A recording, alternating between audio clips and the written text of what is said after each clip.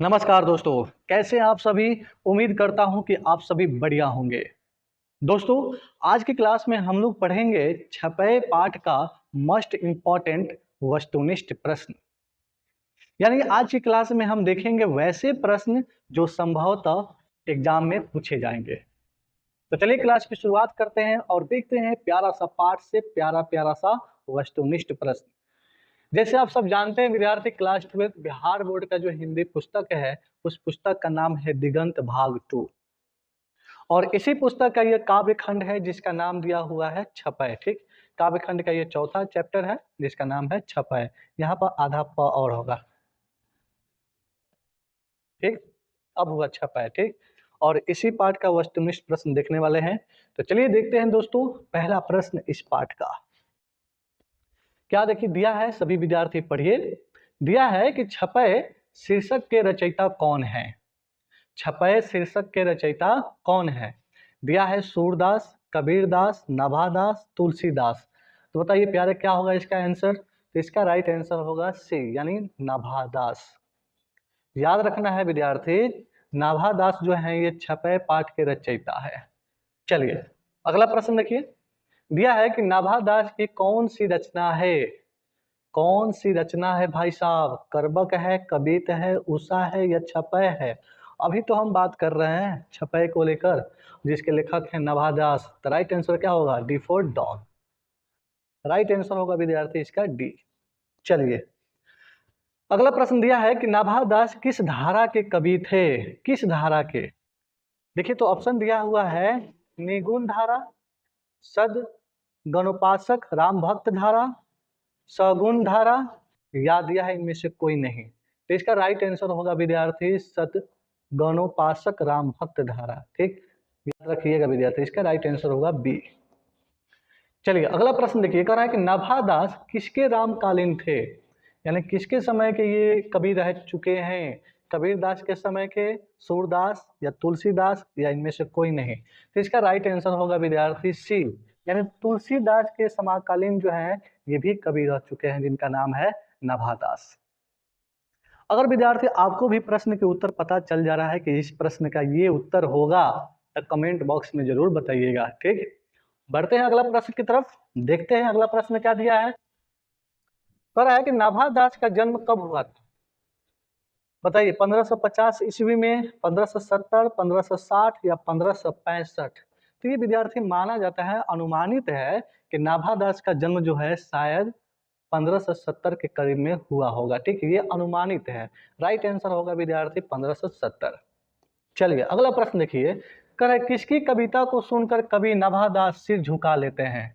कौन ऐसे व्यक्ति हैं भाई जिनकी कविता सुनने के बाद नभादास जो है अपना सर झुका लेते हैं। सूरदास की कविता सुनकर, कबीरदास की, तुलसीदास की, या इनमें से कोई नहीं। तो भाई सूरदास की कविता को। ठीक, राइट आंसर होगा ए फॉर एप्पल। चलो अगला प्रश्न देखो। दिया है कौन सी रचना नभादास की है। कौन सी रचना नभादास की है भाई। सूरसागर, भक्तकाल, बिहारी, सतसई या बीजक। तो याद रखिएगा नभादास की जो रचना है उसका नाम है भक्तकाल। भक्त जो महाकाल की। राइट आंसर क्या होगा, बी फॉर बॉल। चलिए अगला प्रश्न देखिए। कह रहा है कि नभादास का अस्थाई निवास कहाँ था। तो अस्थाई निवास विद्यार्थी था वृंदावन। राइट आंसर होगा एफ फॉर एप्पल। चलिए अगला प्रश्न देखिए। हम्म अगला प्रश्न दिया है कि संपूर्ण भक्तमाल में किस छंद की व्यंजना है। संपूर्ण, संपूर्ण होना चाहिए। संपूर्ण भक्तमाल में किस छंद की व्यंजना है। बताइए चौपाई का, दोहा का, छपय का या कवित का। तो ये विद्यार्थी होगा छपय का। ठीक, चलिए अगला प्रश्न देखिए। कह रहा है कि छपय कितनी पंक्तियों का छंद होता है।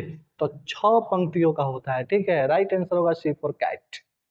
चलो अगला प्रश्न देखो। तो कह रहा है कि सर के कवित्व को सुनकर सभी क्या करते हैं। सर नहीं होगा यहाँ पर, सुर होगा, यानी सूरदास। सुर के कवित्व को सुनकर सभी क्या करते हैं। तो सिर हिलाते हैं, भाव विभोर होते हैं, दुखी हो जाते हैं, या इनमें से कोई नहीं। तो सभी लोग जो है अपना अपना सिर हिलाने लगते हैं, सब के सब मग्न हो जाते हैं। चलो अगला प्रश्न देखो। सर कवित्व फिर दिया है, सर यहाँ पर सुर होगा। सर ध्यान दीजिएगा, सुर। कभी तो सुनी कौन कवि में कौन सा अलंकार है, तो ये है अनुप्रास। राइट आंसर होगा डी फॉर डॉग। याद रखना विद्यार्थी, क्या होगा, अनुप्रास।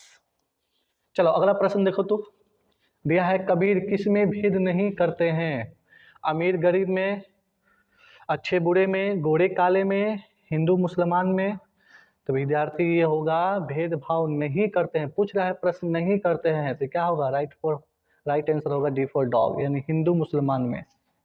आपको याद होगा विद्यार्थी कबीरदास का दोहा, न हिंदू बनेगा न मुसलमान बनेगा, इंसान की औलाद है तो इंसान बनेगा। चलिए अगला प्रश्न देखिए, कह रहा है कि नाभादास में जाति पाति एवं वर्णाश्रम का खंडन किस कवि के छपाई में किया है, जल्दी बताइए इसका राइट आंसर क्या होगा। सूरदास, कबीर, बिहारी, इनमें से कोई नहीं, तो इसका राइट आंसर होगा विद्यार्थी कबीर, बिफोर बॉल। अगला प्रश्न देखिए, कह रहा है कि नाभादास का उदय हिंदी साहित्य के किस काल में हुआ। नाभादास का उदय जो है हिंदी साहित्य के किस काल में हुआ था, आधुनिक काल, आदिकाल, भक्ति काल या रीति काल। तो इसका राइट आंसर होगा विद्यार्थी भक्ति काल, यानी सी फॉर कैट। अगला प्रश्न देखो तो, सबके हित का वचन कौन कहता है, सबके हित में भाई वचन कौन देता है, सूर, कबीर, जयसी, विद्यापति। सबके हित की बात करने वाले एक ही कवि हैं जिनका नाम है कबीर। राइट आंसर होगा विद्यार्थी बिफोर बॉल। अगला प्रश्न देखो, कह रहा है कानी का अर्थ होता है, क्या अर्थ होता है बताइए, एक आंख का ना होना, एक कान वाला, अविश्वास, विश्वास या प्रतीति। तो इसका राइट आंसर होगा डी फॉर डॉग, विश्वास और प्रतीति। चलिए नाभादास के शिक्षा गुरु कौन थे, दीक्षा गुरु, सॉरी क्या पूछ रहा है, नाभादास के दीक्षा गुरु कौन है, स्वामी अग्रदास। भाई राइट आंसर यही होगा, स्वामी अग्रदास। नहीं याद है आपको, नहीं पता है, तो याद रख लेना विद्यार्थी, स्वामी अग्रदास जो है ये नाभाजी के दीक्षा गुरु हैं। चलिए अगला प्रश्न देखिए, भक्तमाल के रचयिता कौन है भाई, तो वही है नाभादास। राइट आंसर होगा डी फॉर डॉग। अगला प्रश्न दिया है कि भक्त चरित्रों की माला है, भक्त चरित्रों की माला है क्या, मुंडमाल, पुष्पमाल, भक्तमाल, रत्नमाल। तो राइट आंसर होगा भक्तमाल, डी सी फॉर कैट। चलो भाई अगला प्रश्न देखो तो, नाभादास किसके शिष्य थे, अभी तो बता रहे थे स्वामी अग्रदास के। राइट आंसर क्या होगा, सी फॉर कैट।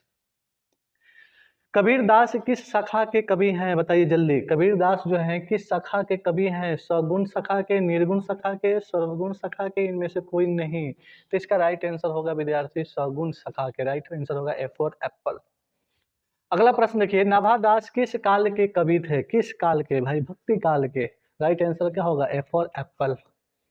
अगला प्रश्न देखिए, नाभादास की कविता किन दो कवियों के बारे में है, तो भाई सूरदास और कबीर, यानी कबीर एवं सूरदास। राइट आंसर होगा बिफोर बॉल। चलिए बस ये हो गया विद्यार्थी मोटा मोटी 24 प्रश्न इस पाठ से। कैसा रहा ये सारे प्रश्न, अच्छा लगा तो कमेंट में जरूर बताइए इस बात को कि भाई वीडियो अच्छा लगा। हमने फटाफट सारे क्वेश्चन को टच करने की बात की है, ना कि अन्य बातें की है। ठीक, तो बस आज के लिए इतना ही, फिर मिलेंगे नए वीडियो के साथ, तब तक के लिए प्यार भरा नमस्कार, जय हिंद।